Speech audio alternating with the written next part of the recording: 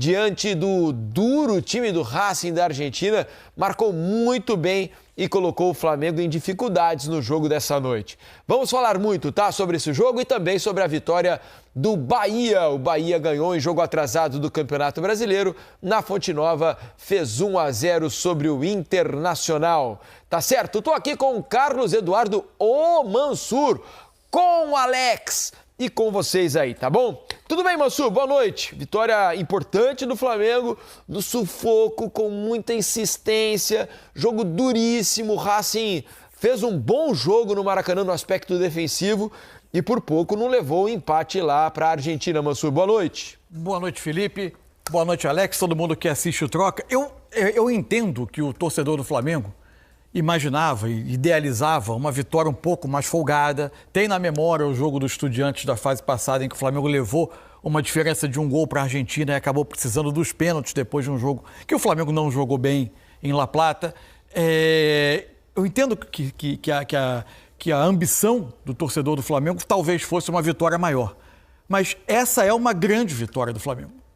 Porque não dá para desconsiderar o que tinha do outro lado. O Racing jogou, dentro do que era a proposta dele, o Racing jogou muito bem defensivamente. Era muito difícil entrar nessa marcação do Racing. Não era uma tarefa fácil.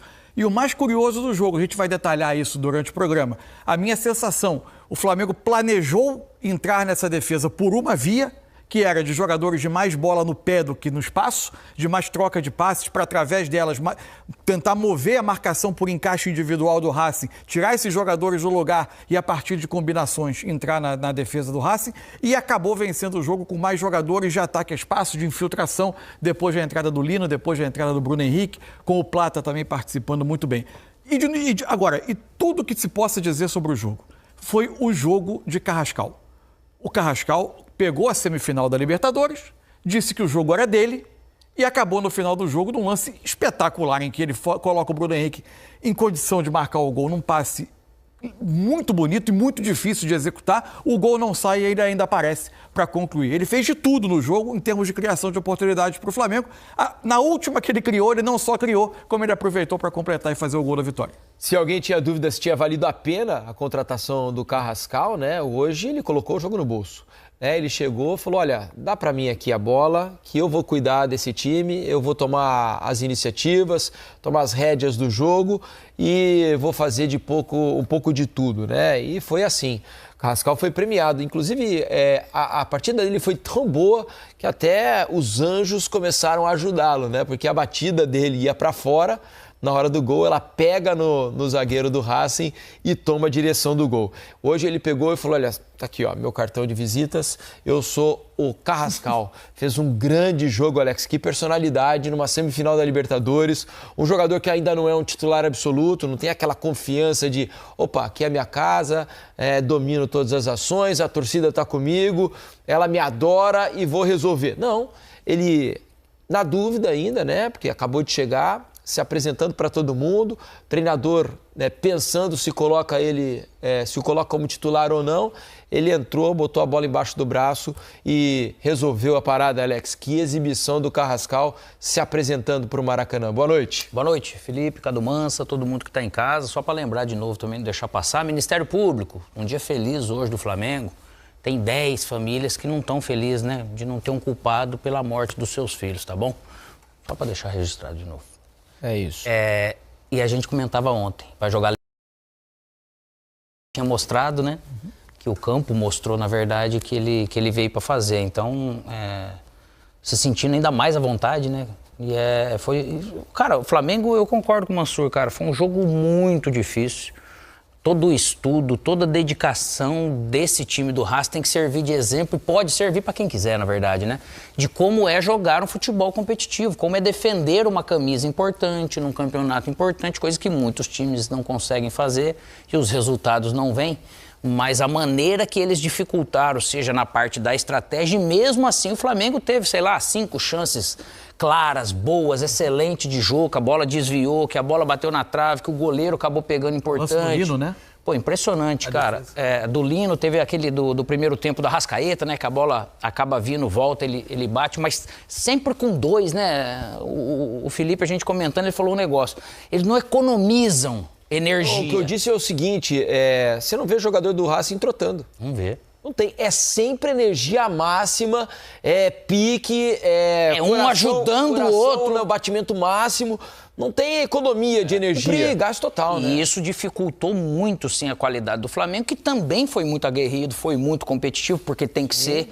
Mas o jogo, essa vitória de 1-0, lógico, o jogo seria maravilhoso e poderia ter sido até um pouco maior o placar, mas também o Racing ele poderia ter feito pelo menos um gol, né, do jogo da maneira que foi mesmo, com poucas oportunidades. Mas aí é do Flamengo realmente agora pensar muito bem estrategicamente o que vai fazer para o jogo da volta. Se vai levar jogadores para Fortaleza, não vai, como que vai fazer.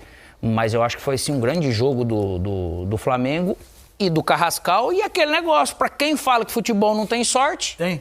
Quem trabalha bem, bateu em 2 jogadores, a bola ia pra fora, né, Pedrão? É assim, meu filho. Então, hoje o Flamengo, esse 1-0, queira ou não, é um resultado super importante. É muito melhor do que o 0-0. E assim, só uma questão já pensando na volta. Não sei se vocês vão concordar.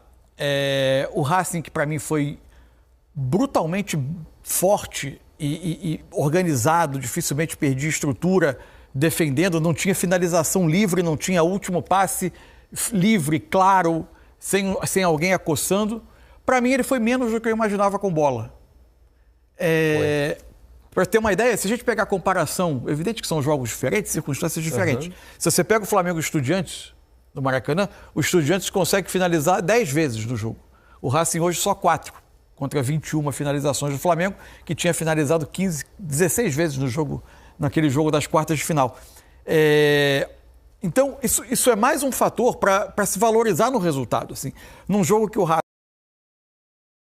É evidente que jogando em casa ele tende a ser, inclusive com bola, um time melhor do que foi hoje, mas talvez mais atrevido, mas até em termos de recurso, parecia um time muito dependente do passe longo para a primeira disputa, seja do Adrian Martínez, seja de um dos pontas, para a partir daí tentar se colocar no campo de ataque. O Flamengo vai precisar fazer um jogo lá de ganhar muito duelo, de ganhar a segunda bola, que ele não ganhou em La Plata contra o Estudiante, que também lançava muito essa bola. Isso é uma questão que o Flamengo vai precisar ter no jogo de volta. Estrategicamente, a estratégia do Racing foi meio para vir suportar mesmo. Isso, para eles viram que deu super certo, né? E viram a dificuldade que é fazer dar certo, tanto de dedicação que você tem que ter. Mas só que lá, lógico, naturalmente, eles vão ter que vir um pouco mais pro jogo. Só que jogar contra esse Flamengo, a gente até imaginava e conversava, né, contra Estudiantes.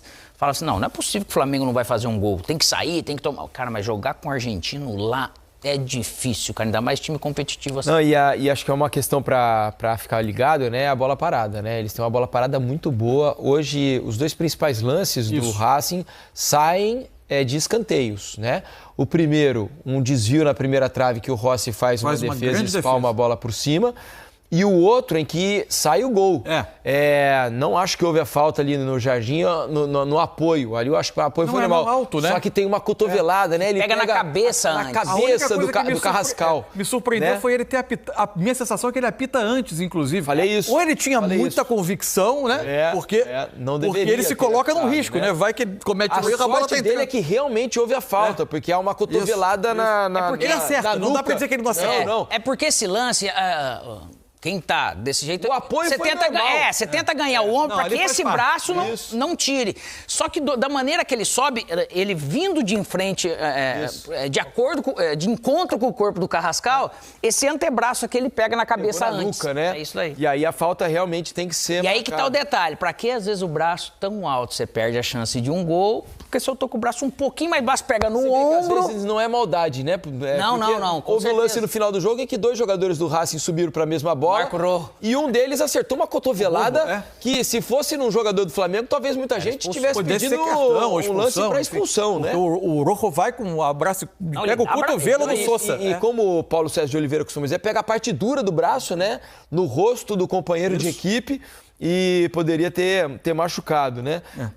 Mas assim, achei um jogo de bastante imposição do Flamengo, com bola, criando oportunidades. Não era fácil o jogo, não era fácil entrar na defesa do Racing. E agora, o que eu fico pensando muito e projetando para o jogo da Argentina é de que maneira não o Flamengo vai encarar o jogo, porque o Flamengo a gente sabe como joga, mas de que maneira o Racing vai querer enfrentar esse Flamengo, né? Porque o Flamengo é muito perigoso com espaço. se o Racing vai tentar propor muito o jogo ou se vai tentar se defender e, claro, em casa, tendo mais saída do que hoje, né? Hoje teve muito pouco com a bola. Mas de que maneira o Racing vai encarar o jogo da volta, né? Claro que com dando muita vida ao jogo, como foi hoje, né? Muita disposição.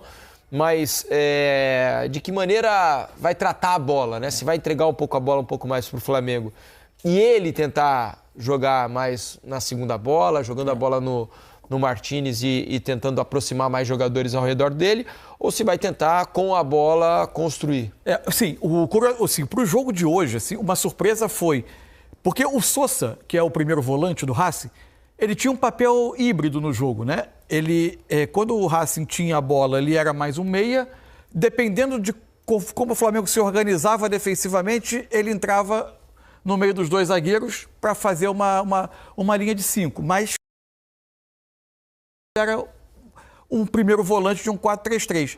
E aí, nessa formação, o Gustavo Costa escolhe para a lateral direita o Martirena, não o Moura. E o Martirena é um jogador que vinha sendo ponta em alguns jogos, ele é muito mais ofensivo e era o ala quando o Racing sempre jogava com uma linha de 3 defensores. Então ele partiu pelos lados para uma opção mais agressiva. No meio ele teve o Zuculini e não o Nardoni. E aí sim ele tentou ter um pouco mais de força. Por quê? Porque Zuculini e Almendra o tempo todo, e aí foi um outro ponto que tornava o jogo muito difícil. Raramente Jorginho ou Pulgar tinham uma bola limpa para trabalhar. Porque era Zuculini e Almendra, esses dois com cada um dos volantes do Flamengo. E isso fazia o Flamengo ter a dificuldade nesse primeiro passe. Lá não sei se vem com o Nardoni, ou se vem com alguma outra opção para tentar fazer o time um pouco mais leve à frente, mas eu acho que não sai muito da formação de hoje. Pode entrar o Moura pela lateral, talvez o Martirena um pouco mais à frente. De repente o Zarate começando, né? Porque o Zarate é um jogador mais ofensivo, um jogador de criação. Entrou mais pro... O Racing vai precisar, né, ter um pouco mais a bola, um pouco mais de dinâmica. O Zarate pode ajudar nesse aspecto. O Zarate entrou hoje com 1 minuto antes do gol do Flamengo, né? Foi no finalzinho. Ele entrou com 41 para 42 minutos. Vai soltar um pouco mais. Mas o Flamengo fez muito bem esse negócio de pós perder a bola. De estar bem posicionado para não... muita bola matando o contra-ataque. E aquilo que escapou... O jogo do Léo Pereira hoje foi um negócio assim para ele colocar no DVD. Né? Porque ele não perdeu um lance hoje, ele jogou muita Sempre bola. Sempre muito atento, né? já se antevendo, né? Agindo e não reagindo. Então foi um jogo interessante nesse sentido. Você sabe que eu tava Só que até o Martirena, a gente falando, lógico que lá ele vai também se soltar muito mais. É um jogador muito ofensivo, o Martirena, né? Eu estava pensando ainda sobre a atuação do Carrascal, né? E fiquei com uma dúvida. Do que jogou o Carrascal hoje? Bom, porque é que teve vários momentos, todos né? os lados do campo.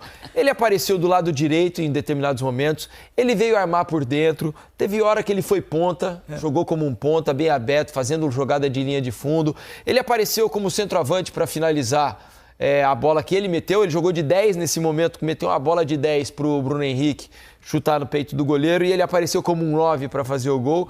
Do que ele jogou, Moço? Que até agora eu não consegui entender. Então vamos pro campinho? Vamos lá, vamos usar o campinho. Pra gente, por favor. Porque, assim, o curioso para mim, especialmente do primeiro tempo. Aqui, deixa eu botar só os jogadores que estavam